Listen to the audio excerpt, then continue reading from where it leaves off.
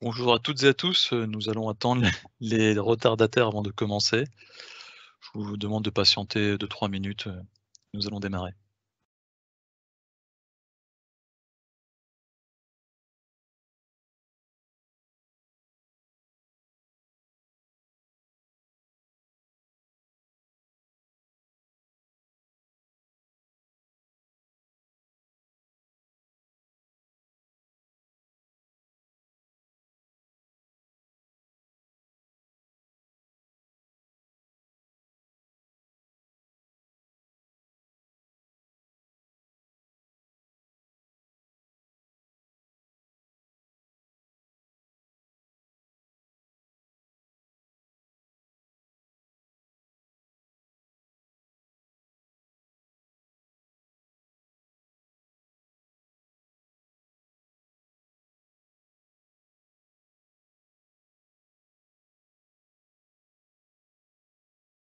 Nous attendons encore quelques participants avant de démarrer.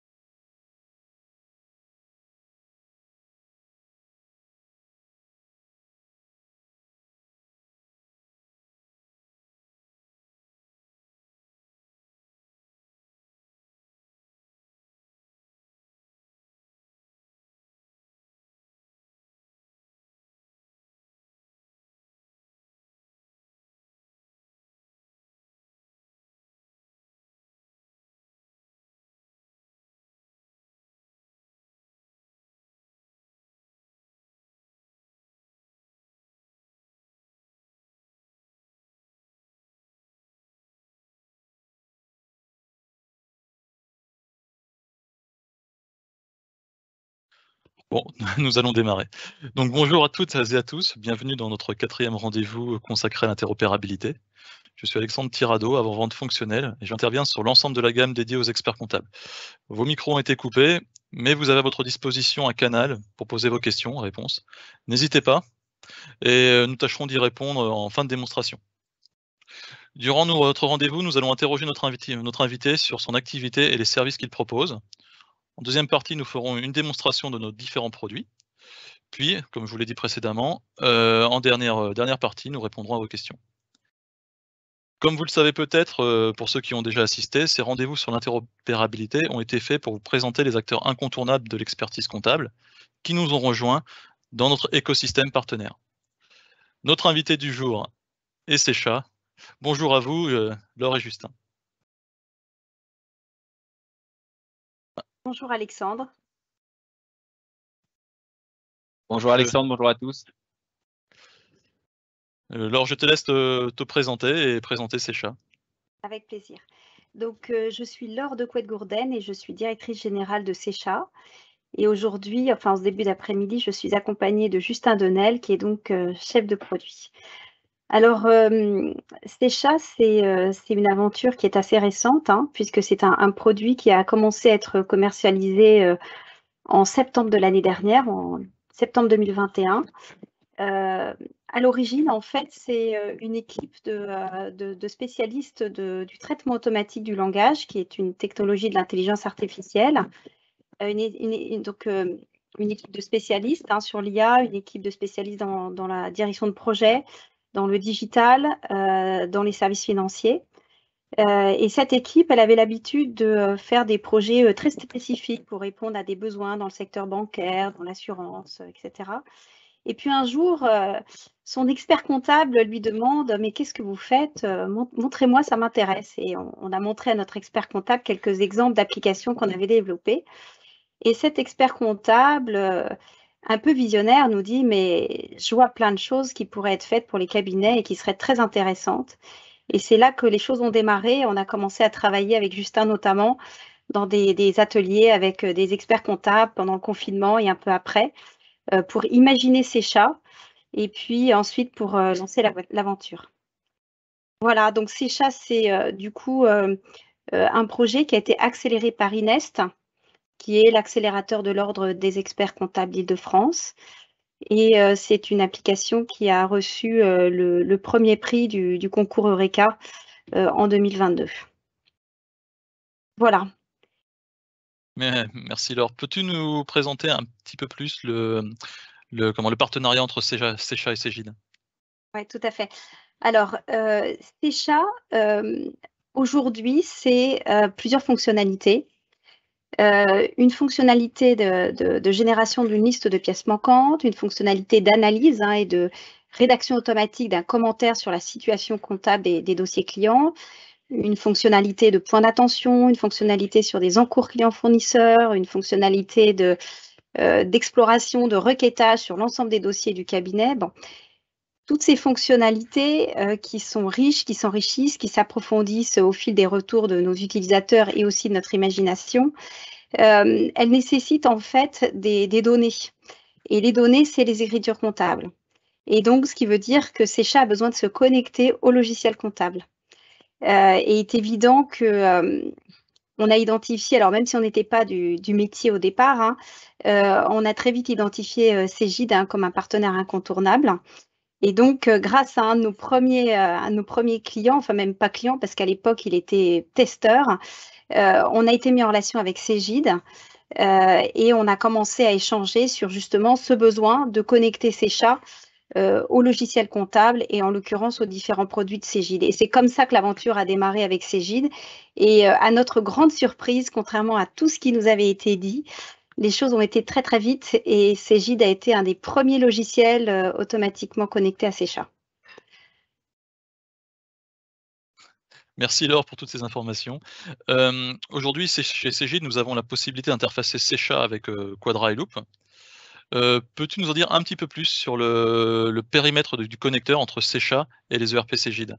Quelles sont les informations concrètement qui sont échangées? Ouais. Alors, concrètement, Secha, en fait, quand on ouvre un accès à Secha, on va connecter Secha au logiciel comptable. Concernant Cegid, donc c'est une connexion qui se fait par API. Et donc, on a développé des connecteurs dédiés pour chacun des produits Cegid. Donc, en l'occurrence, Loop et Quadra. Ce qui veut dire que quand le cabinet va se connecter à Cegid, il va avoir apparaître directement ses dossiers, il va pouvoir les sélectionner et les mettre à disposition dans Secha. Donc, en fait, cette connexion technique, elle est très facile à mettre en place pour le cabinet. Elle requiert aucune expertise particulière puisque tout a été préparé, préconfiguré en amont et que voilà, et que c'est en production. Donc, ce sont des écritures comptables qu'on va aller récupérer. Et puis, dans l'autre sens, quand Secha a produit ce qu'il avait à produire et notamment à récupérer, par exemple, des pièces manquantes, il va pouvoir les renvoyer dans Cegid. Donc, c'est voilà les deux types d'échanges qui sont faits. C'est des écritures comptables qui sont mises à disposition de Secha et Secha qui va renvoyer des pièces manquantes à Cegid. Voilà, je ne sais pas si je réponds bien, mais il y aura des questions certainement. Ouais, il y aura sûrement des questions et on sera là pour y répondre. Merci beaucoup Laure. Donc nous allons maintenant passer à la démo pour mieux se rendre compte de l'efficacité des échanges entre nos produits. Nous allons articuler notre démo autour de deux cas pratiques. Le premier, un exemple autour de l'interopérabilité entre Cegid Loop et Secha, et le deuxième entre Cegid Quadra et Secha. Mais sachez que les deux cas présentés fonctionnent aussi bien avec Loop qu'avec Quadra. C'est juste qu'on a choisi d'utiliser nos deux ERP pour illustrer ces deux cas pratiques.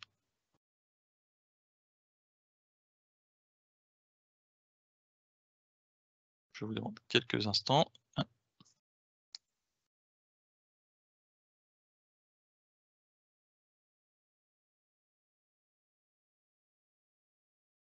Donc premier cas pratique, donc je suis dans Loop et mon dossier Loop est rattaché à Secha.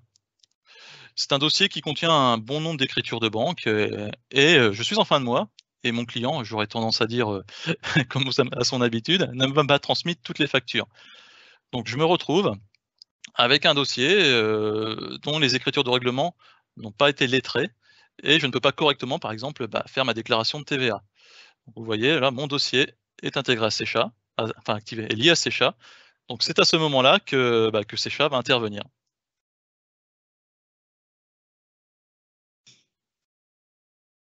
Alors, je partage mon écran. Exactement. Yes.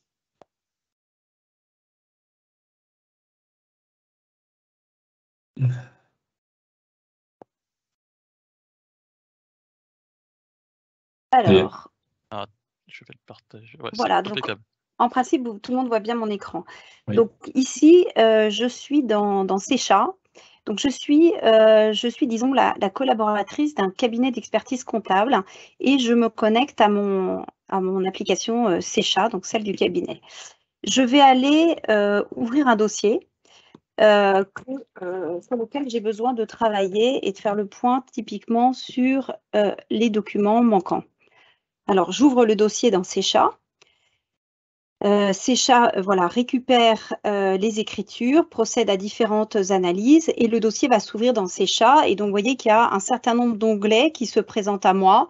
Donc, un onglet analyse qu'on regardera tout à l'heure un petit peu plus en détail, un onglet point d'attention et puis ensuite un onglet pièces manquantes. Alors, cet onglet pièces manquantes, il va nous intéresser puis il va fonctionner avec l'onglet pièces reçues que vous avez ici. Je vais aller tout de suite dedans. Et qu'est-ce que je vois? Je vois que Secha a identifié automatiquement, vous voyez, instantanément, 221 opérations pour lesquelles aucun justificatif n'a été fourni pour le moment. Ces 221 opérations, elles représentent un montant de plus de 400 000 €. Donc, c'est important que je m'y attarde un peu. Alors, Secha a donc fabriqué la liste en fait de ces opérations. Et cette liste, elle est présentée de façon un peu organisée puisque je vais avoir d'une part des décaissements à justifier, d'autre part des encaissements à justifier. Et vous allez voir ici une rubrique autre, donc je vais vous parler un tout petit peu après. Donc, en tant que collaboratrice du cabinet, j'ai la possibilité évidemment de déplier. Et donc, en dépliant, eh bien, j'accède à une vision détaillée et assez fine de toutes ces opérations pour lesquelles le client n'a pas encore fourni de justificatif et pour lesquelles il va falloir que je relance le client. Donc, la liste, elle est faite et j'ai un bouton ici à droite qui me permet de demander les justificatifs au client. Alors, je ne vais pas le faire tout de suite parce que j'ai remarqué en faisant défiler la liste qu'il y avait quelques opérations pour lesquelles je n'ai pas envie de relancer le client. Alors, je vais modifier la liste.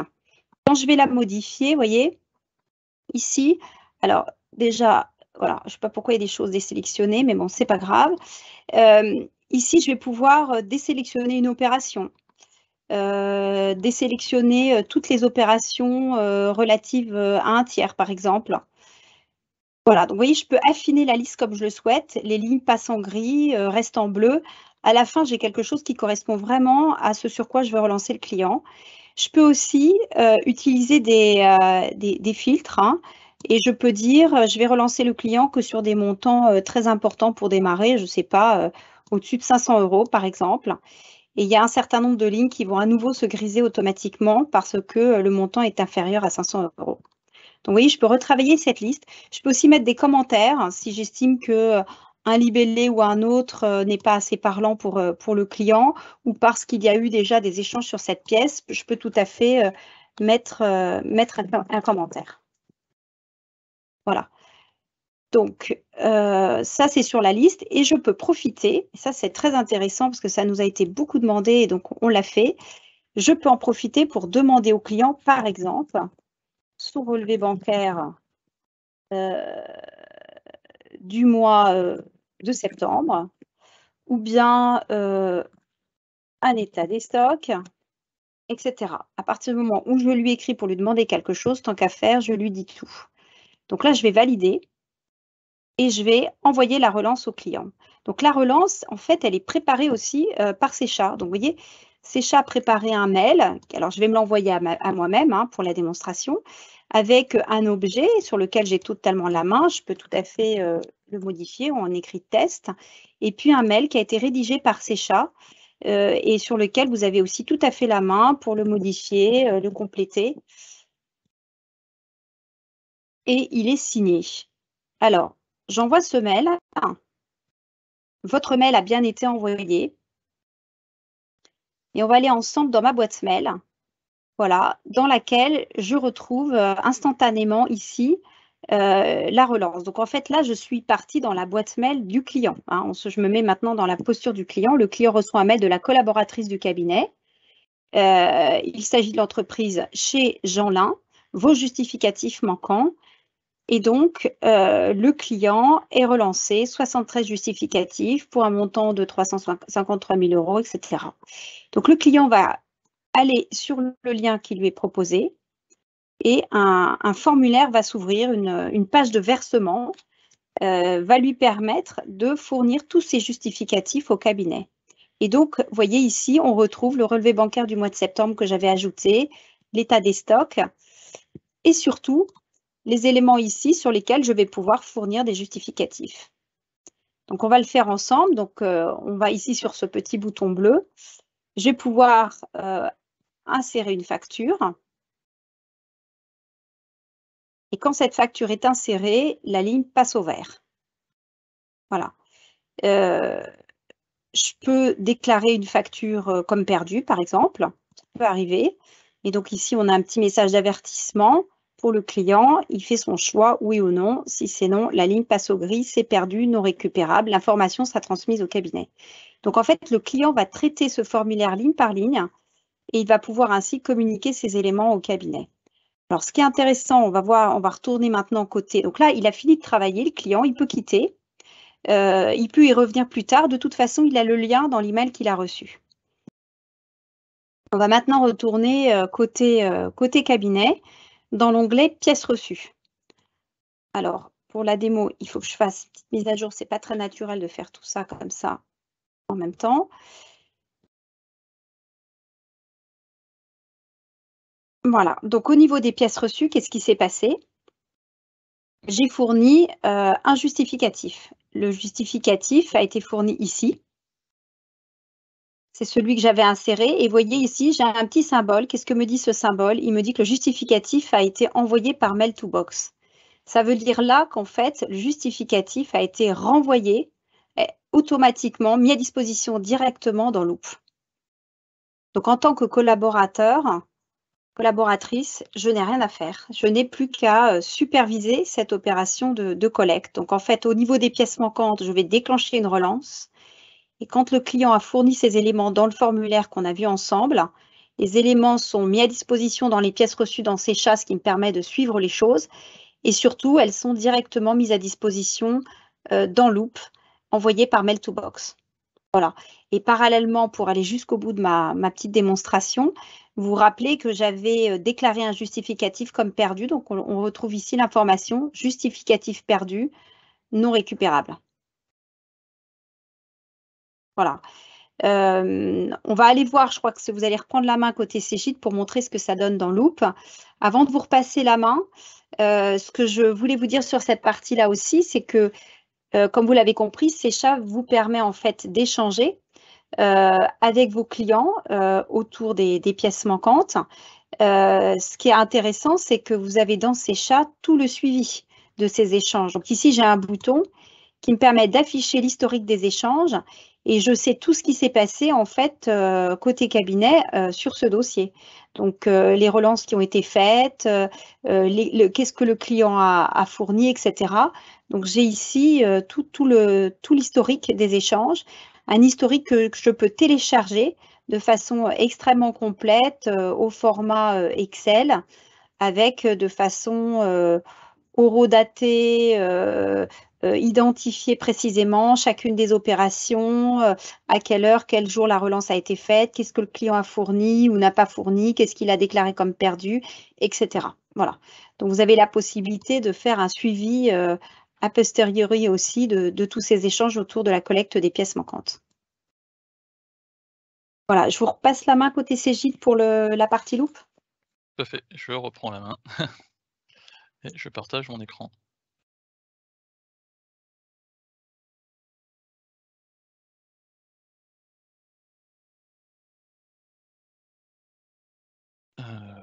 Oui. Est-ce que je partage? Non, je partage pas le bon écran.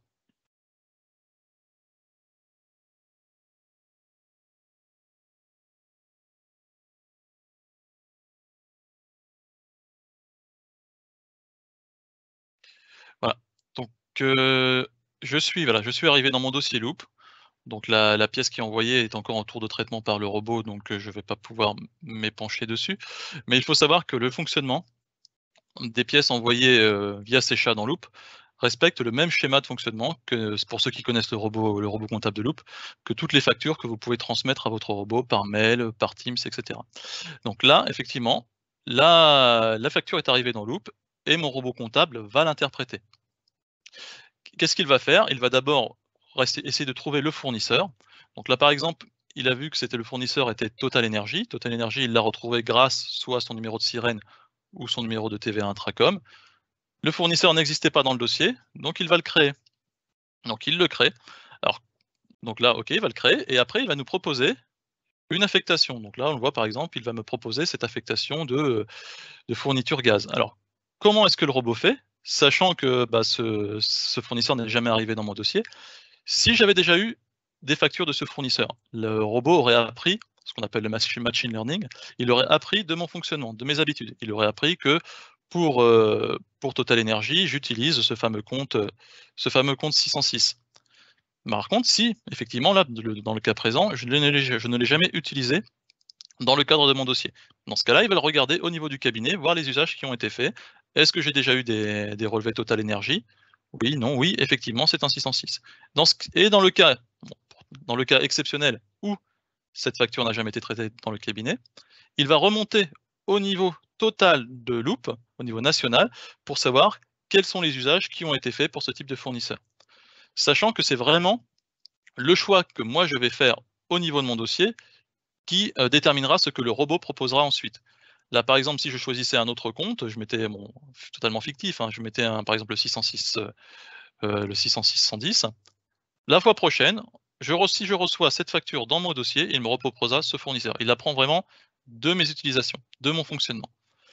Il faut savoir que là, le robot en fait a deux modes de fonctionnement. Comme je pourrais dire, il pourrait être soit automatique, soit semi-automatique.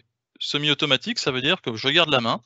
À chaque fois qu'une facture se présente dans mon dossier, même si le robot est sûr à 100%, je vais lui dire « Ok, je suis d'accord, envoie-la en compta ». Si je passe en automatique, seulement si le robot est sûr à 100% de l'affectation de ma facture, dans ce cas-là, elle partira en compta et je n'aurai aucune action à faire. L'écriture sera créée, la pièce jointe sera automatiquement triée, bien classée dans la GED. Justement, en parlant de GED, il faut savoir que le robot, aujourd'hui, il fonctionne surtout pour interpréter les factures, mais il peut très bien recevoir d'autres types de documents. Il peut recevoir des relevés bancaires, des RIB, des emprunts, des fichiers d'emprunt, passeport, carte d'identité. Donc bien sûr, il ne va pas créer des écritures comptables avec ces documents, mais il va être capable de les reconnaître. Il va dire tiens, ça c'est une carte d'identité, c'est un passeport, je vais les ranger au bon endroit dans ma GED. Petite exception, le CABIS. Si jamais vous déposez un CABIS dans le robot, il va le lire, extraire les données et mettre à jour votre fiche signalétique de votre dossier. Donc voilà ce que fait aujourd'hui le robot. Et pour information, aujourd'hui, nous l'alimentons depuis maintenant presque plus d'1 mois à interpréter et automatiser les flux bancaires. Donc voilà, aujourd'hui, je crée notamment des factures, des écritures comptables. Demain, je serai capable de vous aider à affecter vos flux bancaires. Donc voilà ce que nous avions à dire pour le premier cas pratique. Nous allons faire un deuxième cas pratique maintenant avec Quadra. Pour les besoins de la démonstration, c'est mon collègue Christian. C'est mon collègue Christian qui va intervenir, c'est notre spécialiste Quadra, donc je lui laisse le choix, l'entière autonomie de... Ah, pourquoi ça ne marche pas, excusez-moi. Voilà. À toi, Christian. Ok, bonjour à tous. Alors juste une chose, Justin, tu as des questions qui concernent Secha, notamment comment s'est constituée la liste à partir de Secha dans les QS. Moi, je ne sais pas répondre, j'aurais bien essayé, mais je ne voudrais pas gâcher quand même la question. Voilà. Alors moi, par rapport aux autres participants, je vais déjà essayer de partager mon écran, ce qui n'est pas forcément évident pour moi. D'ailleurs, voilà, bonne pioche. Je ne sais pas sur quel écran ça va aller. On va dire que ça va être celui-ci. Voilà. Donc là, normalement, vous devriez voir mon écran. C'est bon pour toi? Il faut que je le partage, Christian. Ah, Voilà, La technique. attention, la technique, c'est bon. Ah, la technique, c'est bon. Alors, la première des choses que je voulais vous montrer, effectivement, on va pas faire une présentation de Quadratus parce qu'effectivement, ce que Secha va nous restituer, ce sont les chiffres clés, c'est-à-dire les chiffres du dossier tels que nous, on les a dans notre dossier actuel de Quadra. Donc, l'important, en fait, pour la partie Quadra, si on veut se pencher sur cet aspect-là, ça va plus être le fait de comment est-ce qu'on va lier un expert comptable avec un dossier Quadra de son client qui, lui, a Secha. Alors pour ça, vous avez besoin notamment de ce qu'on appelle une API. Et souvent, en tant que client, vous avez beaucoup de mal à utiliser ces API et surtout à les générer. Donc là, je fais un petit focus qui n'est pas du Quadratus, mais bon, qui peut vous servir. C'est en fait, pour générer cette API, vous êtes obligé donc de vous rendre sur le site de CJLife, que vous connaissez par ailleurs normalement très bien. Et à partir de là, quand vous avez ouvert ce site en tant qu'administrateur, vous avez donc accès à ce qu'on appelle mon profil. Donc, quand vous allez accéder à mon profil, vous allez donc vérifier déjà que vous êtes bien administrateur, donc ce qui est mon cas ici, vous voyez, je suis encore un administrateur. Et ici, vous avez sur la partie de droite ce qu'on appelle un catalogue des services. Dans ce catalogue des services, vous allez pouvoir l'ouvrir et à partir de là, vous trouverez tous les services existants. Alors, il y en a un certain nombre. Donc, l'idée, c'est que pour trouver les clés, comme c'est un service qui est en ligne, vous avez un premier filtre ici, service en ligne, qui va vous aider à le faire. Et puis la deuxième partie, bon, c'est du web API. Vous avez des mots-clés qui marchent. Vous pouvez cliquer sur web ou web API. Et en fait, celle qui est en relation avec Secha, c'est celle qui s'appelle web API CPA. Voilà, j'espère qu'on la voit bien à l'écran. Et à partir de là, bon, quand vous avez trouvé le service, c'est peut-être le plus simple, ce qui reste à faire. Vous avez une clé ici. Cette clé-là, vous l'activez. Et à partir de ce moment-là, en fait, il va vous restituer toutes les clés existantes par rapport à ce service. Théoriquement, si vous êtes un expert comptable, vous aurez peut-être 1, 2, 3 clients Secha, donc potentiellement plusieurs clés ici. Donc, il ne faut pas supprimer les clés parce qu'effectivement, si vous la supprimez, vous révoquez le service entre la synchro Secha et la synchro Quadra. Donc, il faut plutôt en créer une. Alors, pour en créer une, eh ben, on va pouvoir tout simplement, pardon, je fais une faute, je vais en créer une deuxième qui va s'appeler Secha 2 par exemple, et vous allez pouvoir la générer. Là, la seule chose, on va dire, qui soit importante, c'est que vous prenez, soit vous prenez une capture d'écran de l'identifiant de la clé API et du code secret, soit vous le copiez tout simplement sur un petit fichier texte, parce qu'en fait, cet identifiant et ce code secret ne vous sera jamais restitué. Il faudra supprimer la clé et en recréer une. Donc, c'est le seul petit piège. On va dire qu'il faut bien penser à copier. Une fois que vous avez fait ça, vous avez, entre guillemets, les clés pour travailler sur Secha. Et maintenant, on va donner ces codes à Laure et qui va nous expliquer justement les chiffres clés qu'elle a tirés de mon dossier Quadra, qui comporte, je le rappelle, 2 années, 21 et 22, pour avoir notamment les comparatifs sur les indicateurs clés que vous proposez. Voilà, et bien à toi Laure de jouer. Alors, donc je reprends la main sur le partage d'écran. C'est ce qui est le plus dur en fait. Oh bah à force, ça va. Et voilà, et donc j'arrive au bon endroit en principe. Donc nous sommes de retour dans Secha. Alors là, je suis dans un Secha qui est connecté à Quadra. Tout à l'heure, j'étais connectée à Loop, mais là, je suis connectée à Quadra. D'accord? Et quand je suis ici, eh bien, je vais aller à nouveau sélectionner un dossier. Et je vais vous montrer ce que Secha est capable de restituer, indépendamment de la liste des pièces manquantes dont on a parlé tout à l'heure. Ce que Secha est capable de restituer en analysant les écritures. Donc, je crois que c'est le dossier EG Restauration Plus qu'il faut que je sélectionne. C'est le plus beau. Donc, sur ce dossier-là, comme tout à l'heure on l'a vu aussi, eh bien, Secha va proposer un certain nombre d'onglets. Donc là, tout de suite, on va s'intéresser à l'onglet Analyse. L'onglet Analyse, vous voyez, il restitue sous forme de tableau les principaux indicateurs de gestion. Donc, concernant le mois d'octobre, j'ai le chiffre d'affaires, la marge, la masse salariale, la trésorerie. Ce sont des données mensuelles comparées au mois de l'année précédente. Et j'ai aussi des données en cumul comparé au cumul de l'année précédente. Voilà, avec un calcul d'évolution qui est fait au niveau de chacun des indicateurs. Sur la marge et sur la masse salariale, je peux basculer sur des données exprimées aussi en pourcentage. Voilà. J'ai la possibilité de naviguer dans les périodes. Donc, par défaut, dans Secha, on va s'intéresser aux données du mois précédent, par défaut, hein, ou du mois M-2 tant qu'on n'a pas franchi la barre du 15 du mois en cours. Mais on a tout à fait la possibilité d'aller du coup de naviguer. Alors, vous voyez là, je suis le 1er décembre. Donc, 1er décembre, je suis encore sur des données d'octobre, comme vous l'avez compris. Je peux aller quand même sur du novembre. C'est un peu risqué parce que les données vont peut-être pas être très complètes et très fraîches. Vous voyez, j'ai pas assez de données. Sur le mois de novembre, c'est encore un peu court. Donc, c'est pour ça que Secha a fait le choix d'aller sur le mois précédent, enfin M-2, tant qu'il n'avait pas franchi le 15 du mois en cours. Voilà, donc on peut naviguer ainsi et on découvre surtout dans la suite de cette page un commentaire qui est rédigé automatiquement sur l'évolution de chacun de ces indicateurs. Donc là, je refais le lien à ce que je vous ai dit plus tôt dans la présentation, hein. C'est vraiment, là, c'était notre cœur de métier, notre spécialité, c'est cette capacité à écrire du texte automatiquement à partir des données. Donc ça veut dire que là, Secha a rédigé quelque chose de vraiment très personnalisé sur ce dossier client. Alors, on a ici un chiffre d'affaires qui est voilà, sur le mois d'octobre, avec un recul de 13% par rapport à l'année précédente. Sur les 10 premiers mois de l'exercice, un chiffre d'affaires cumulé qui affiche une hausse globale de 43,7%, notamment dû à une progression importante sur les mois d'avril, mars et mai, et malgré un recul significatif au mois de juillet, ce que vous retrouvez bien dans les chiffres qui sont présentés dans le graphique. Voilà. Sur la marge aussi, on a une présentation de la marge et une comparaison par rapport à l'année précédente.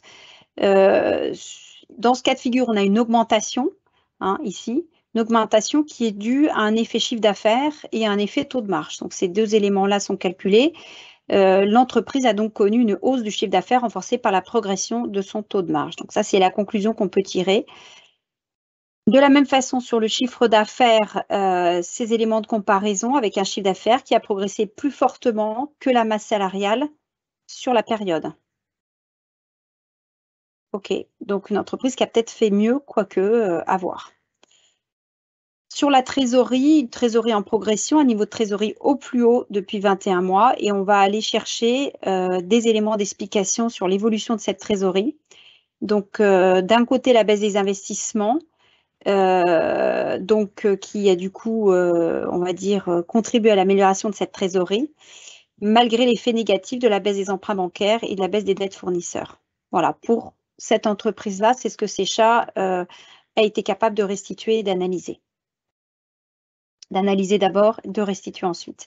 Alors, cette analyse, elle est intéressante pour le collaborateur qui s'intéresse à ce dossier. Donc, vous voyez, d'un seul coup d'œil, il a la possibilité d'avoir quand même pas mal d'éléments. On a des cabinets d'ailleurs qui, lorsqu'un client les appelle, ouvrent Secha pour tout de suite avoir quelques éléments de synthèse pendant que le client commence son propos. Donc, c'est aussi très intéressant pour préparer un entretien, préparer un échange, ou même quand on est justement un petit peu en réactif, qu'on n'a pas beaucoup de temps, le client appelle et tout de suite on est instruit sur la situation.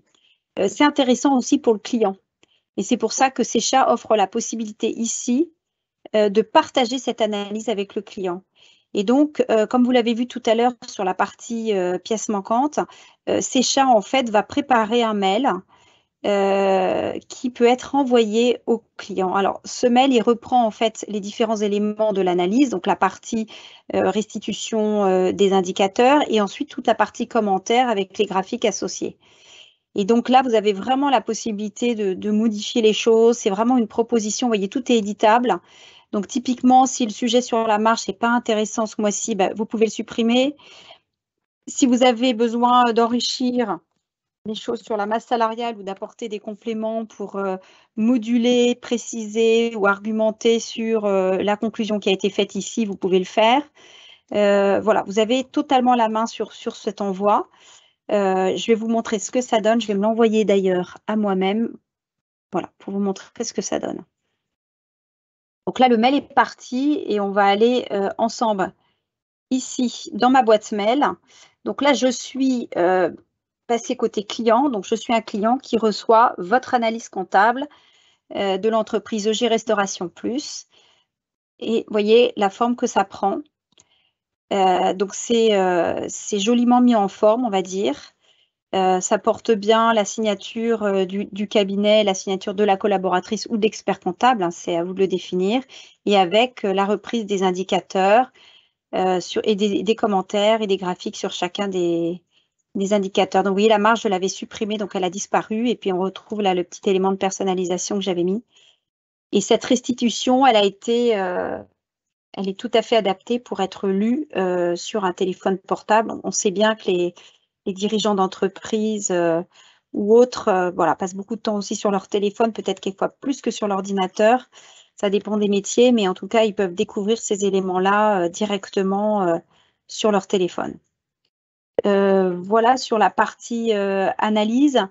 Je peux aller peut-être un petit cran plus loin, oui, parce qu'il me reste un tout petit peu de temps. On a aussi, en lien avec cette analyse, des points d'attention qui sont identifiés automatiquement sur le dossier. Donc, concernant EG Restauration Plus, sur la période, donc au 31 octobre 2022, 7 points d'attention ont été identifiés. Donc, on a ici des sujets de tenue de compte, hein. Donc, je vais d'ailleurs commencer par le bas, puisqu'on a des mouvements non lettrés. On a ici aussi sont soldés mais n'ont pas été lettrés, soldés pas lettrés, etc. On a aussi des sujets, on peut avoir des sujets fiscaux, des problématiques de TVA, des sujets juridiques, par exemple un compte courant d'associé débiteur, des problématiques de fonds propres ou autres.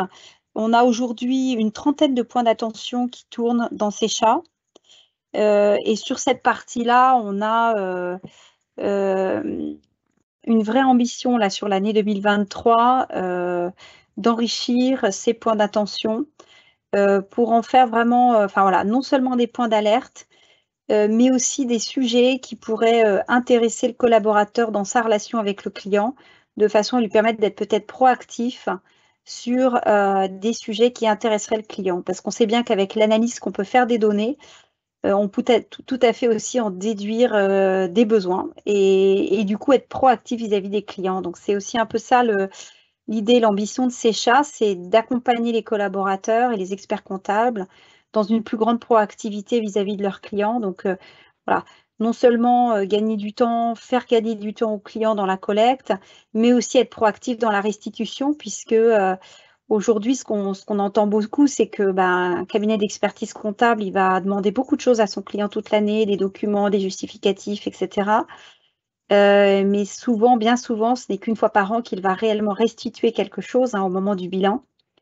Alors qu'en fait, c'est tout au long de l'année que les chefs d'entreprise ont besoin de restitution, qu'ils ont besoin de conseils, qu'ils ont besoin d'être éclairés sur la situation comptable pour pouvoir prendre des décisions.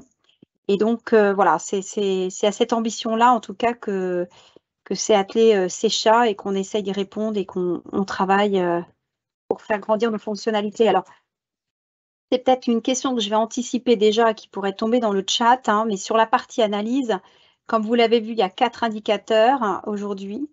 Ce sont des indicateurs qui sont calculés comme en standard avec, comment dirais-je, un mode de calcul standard. Hein, donc, par défaut, c'est ce qui est disponible. Mais vous avez la possibilité de paramétrer le calcul de ces indicateurs, c'est-à-dire de définir les comptes que vous souhaitez ajouter, ceux que vous souhaitez retrancher, éventuellement des journaux aussi à retrancher. Justin a fait un gros travail qui permet d'avoir une fonctionnalité de paramétrage aux petits oignons, on va dire. Voilà, je m'arrête là pour respecter le temps. Si vous avez des questions après, n'hésitez pas. Je repasse la main à Cégide, du coup. Merci Laure. Bon, voici ce qui conclut nos démos. Je vais vous passer un petit slide qui résume l'intervention du jour. Donc voilà, donc si vous pouvez en prendre connaissance. Bon, comme vous avez pu le voir, nos connecteurs disponibles sont pour CJ de Loop et CJ de Quadra. Il y a une synchronisation des données d'écriture avec notamment la liste des pièces manquantes, l'analyse rédigée de la situation comptable, mais pas que, les points d'attention, les encours fournisseurs. Donc je vous encourage à vous rapprocher de Secha pour si vous voulez une démo privée des possibilités du produit et de vous rapprocher également de votre commercial préféré chez Cegid. Donc, nous allons maintenant passer aux questions-réponses. Je vois qu'il y a eu des questions qui ont été posées dans le canal. Alors, même si elles ont été répondues en public, on va les reposer, comme ça tout le monde en profitera à l'oral. Donc, la première question qui avait été posée, c'était comment est constituée la liste à partir de Secha? Donc, je vois que Justin, tu y as répondu. Tu peux nous dire exactement comment ça se passe? Oui, effectivement, comme j'expliquais dans le chat, en fait, la liste des pièces manquantes, elle est établie à partir du lettrage. Donc, en fait, on restitue les opérations qui sont non lettrées au sein du compte d'attente et au sein des comptes fournisseurs et clients. Et puis à ça, on rajoute un fil sur les journaux de trésorerie, donc le journal de banque, le journal de caisse, qui sont détectés automatiquement. Alors, il s'agit, comme je le disais, d'un paramétrage, d'une règle par défaut. Et tout comme le calcul des indicateurs, cette règle, elle est paramétrable également à l'échelle du cabinet, mais aussi à l'échelle des dossiers clients. Alors, autre question, la question suivante, c'était les éléments restitués sont-ils paramétrables? Il me semble qu'on a répondu à cette question-là dans la démonstration, mais si tu veux reformuler. Oui, effectivement, il y a plusieurs éléments. Donc, une fois que l'analyse elle est générée, comme le montrait Laure, il y a la possibilité de choisir quels indicateurs on va envoyer. Il y a certains clients, par exemple, pour lesquels la marge n'est pas forcément pertinente. Ensuite, une fois que l'analyse elle est prévisualisée, on a la possibilité soit d'enlever des choses, soit d'en rajouter. Voilà, l'IA est très intéressante, mais elle ne peut pas tout détecter. Et notamment, par exemple, ça aurait pu être le cas du Covid. Donc là, il y a des éléments peut-être à ajouter par le collaborateur, dont lui seul en a la connaissance. Donc on peut éditer le texte, on peut choisir les indicateurs restitués, et en amont de tout ça, comme on le disait, il est possible de paramétrer le calcul de chaque indicateur. Comme tout à l'heure, à l'échelle du cabinet, si ce mode de calcul doit s'appliquer à tous les dossiers clients, mais on peut également créer des modèles pour différentes typologies de clients. D'accord. Autre question, alors celle-là on n'y a pas répondu, donc on va en profiter. Les fournisseurs débiteurs et ou clients créditeurs sont-ils remontés en point d'attention? Oui, alors ils ne sont pas remontés en point d'attention, mais on a deux fonctionnalités supplémentaires qu'on n'a pas présentées aujourd'hui. Et voilà, si vous voulez les voir plus en détail, on vous invite à souscrire à une démo de Secha sur notre site. On a deux fonctionnalités supplémentaires qui sont les encours clients et les encours fournisseurs. Donc là, effectivement, on va restituer les factures qui n'ont pas été payées au sein des différents comptes auxiliaires, et on va permettre aux collaborateurs, tout comme les pièces manquantes, de partager ça avec son client, donc déjà de lui donner de l'information. Et puis, le client a aussi la possibilité de remonter de l'information au collaborateur si, par exemple, une facture a déjà été payée, par exemple, en liquide et que ça n'est pas encore apparu effectivement dans la compta. C'est une information que le client peut remonter à son collaborateur en commentaire. Et tout ça, ça revient sur la vision du collaborateur dans Secha. D'accord, merci Justin. D'autres questions? Ah, est-ce qu'on peut faire des reportings? Alors, je ne suis pas sûr de totalement comprendre l'étendue de la question. Oui, moi j'ai envie de dire oui. Alors, je vais me lancer, hein, puis je ne sais pas si ça répondra vraiment bien parce que la question est peut-être un peu large. Dans Secha, il y a une fonctionnalité qui est toute nouvelle, hein, qu'on a mis à disposition au mois de septembre, fin septembre, qui s'appelle la vue portefeuille. Et cette vue portefeuille, que je n'ai pas montrée là, parce qu'on ne pouvait pas tout traiter, elle vous permet d'explorer l'ensemble des dossiers du cabinet, c'est-à-dire de faire un peu de requêtage. Donc, par exemple, vous pouvez dire à Secha, fais-moi la liste de tous les dossiers qui ont une augmentation de plus de 30% du chiffre d'affaires cette année. Et là, vous allez avoir instantanément la liste de tous ces dossiers-là. Secha, fais-moi la liste de tous les dossiers qui ont un retard de trésorerie de X%, etc. Ou fais-moi la liste de tous les dossiers pour lesquels j'ai fait des relances sur les pièces manquantes et qui ne m'ont pas du tout répondu ou qui ont répondu à moins de X% des pièces demandées. Ou Secha, fais-moi la liste de tous les dossiers, toutes les entreprises qui ont eu, je ne sais pas, une augmentation de la masse salariale significative. Pourquoi? Alors, pourquoi est-ce qu'on propose cette fonctionnalité-là maintenant? C'est parce qu'on voit bien que, je reviens à ce que je disais tout à l'heure, qu'il y a un besoin très fort de proactivité de la part des cabinets auprès de leurs clients et que ça, c'est quand même une bonne façon aussi de prendre un peu du recul sur l'ensemble des dossiers du cabinet et d'être capable de développer des offres et de pousser ces offres ou de réajuster certaines lettres de mission parce que, ben voilà, maintenant, il y a plein de salariés dans une entreprise, on s'en était pas trop rendu compte, mais du coup, il y a plus de travail et il faut qu'on revoie les choses. Et surtout, donc, de développer des nouvelles offres et d'être capable de les proposer aux clients pour lesquels c'est pertinent et sur lesquels il y a des attentes fortes, quoi. Donc ça s'appelle la vue portefeuille. Et c'est pareil, on peut vous en faire une belle démonstration si vous prenez rendez-vous là par le site internet. On fera ça avec plaisir. D'accord, merci Laure. Petite question, la synchronisation entre Cegid et Secha, elle a lieu à quelle fréquence? Alors, il y a 2 modèles en fonction de si on est sur Cegid Quadra ou Cegid Loop. Alors sur Cegid Loop, la mise à jour se fait en permanence puisqu'en fait on reçoit de la part de Cegid des notifications sur des nouvelles données ou des changements sur les données et donc on met à jour en permanence nos dossiers. Sur Cegid Quadra, c'est un petit peu différent. On charge le dossier, on synchronise le dossier dans Secha une fois par jour au moins à la première ouverture et après rien n'empêche le collaborateur de cliquer sur un bouton pour forcer la mise à jour. Ça prend quelques secondes, au maximum 1 minute pour que ce soit à jour. D'accord. Concernant les reporting, on a eu des précisions sur la question.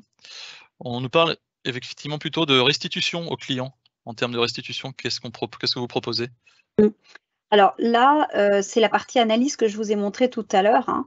Donc c'est les 4 principaux indicateurs de gestion, chiffre d'affaires, marge, masse salariale, trésorerie, avec les commentaires rédigés et les graphiques associés. Donc ça, c'est ce qui est généré et fabriqué automatiquement par Secha à chaque fois que vous ouvrez le dossier, côté collaborateur. Et ça, vous pouvez le partager, donc l'envoyer aux clients. Et voilà, donc nous, on a aujourd'hui un certain nombre de clients qui utilisent cette fonctionnalité de manière très régulière, c'est-à-dire qu'ils envoient des analyses à leurs clients. Donc pour certains, c'est mensuel, pour d'autres, c'est trimestriel. Après, le bon rythme est à trouver par rapport à la situation de l'entreprise, est-ce qu'elle évolue régulièrement ou pas, par rapport aux engagements du cabinet aussi vis-à-vis de son client, etc. Mais donc, ce que vous appelez voilà, reporting, tableau de bord, restitution, c'est cette fonctionnalité-là qui répond. D'accord, donc si on n'a pas d'autres questions, je vais conclure avec une question un peu plus pour Cegid. Donc je vais répondre à la dernière question. Peut-on avoir une liste des logiciels approuvés par Cegid pour les API? Il faut savoir qu'aujourd'hui, nous avons une trentaine de partenaires qui communiquent avec nos outils. Pour n'en citer que 3, par exemple, concernant Loop notamment, nous avons Regat, Libéo et l'invité précédent du précédent webinaire qui était LexisNexis. Si vous voulez la liste complète, je vous invite à vous rapprocher de votre commercial Cegid. Il pourra vous la fournir. Mais maintenant, je vais laisser le mot de la fin à Reda. S'il n'y a pas d'autres Bonjour à questions. tous. Oui, merci, merci à tous pour ce webinaire. On voit encore une fois que Cegid est ouvert à différents degrés pour ces différents outils. On a vu Loop, Quadra, Cegid Expert, pourquoi pas. Notre invité aujourd'hui et partenaire Secha aujourd'hui l'a montré, a surtout montré l'aventure que vous pouvez avoir vous, mais aussi en y intégrant vos clients. Les nouveaux usages du collaborateur, c'est la transmission des flux de manière instantanée et apporter une valeur ajoutée au conseil par l'exemple de Secha aujourd'hui. Et par d'autres exemples, on peut avoir d'autres use cases avec d'autres partenaires qu'on aura le plaisir d'inviter dans les prochains jeudis de l'interopérabilité. Pour revenir aux questions qui ont été posées, oui, on a un site d'écosystème dédié pour vous montrer les avancées avec nos partenaires. On pourra vous le partager. Et dans les use cases que Laure et Justin ont montré, on peut pousser encore plus loin, mais tout ça est facilité parce qu'on est branché en mode API et non pas en mode import-export de manière manuelle qui présente une expérience asynchrone. Demain, 2024, 2026 encore plus, la facture électronique arrive, les flux seront beaucoup plus fluides.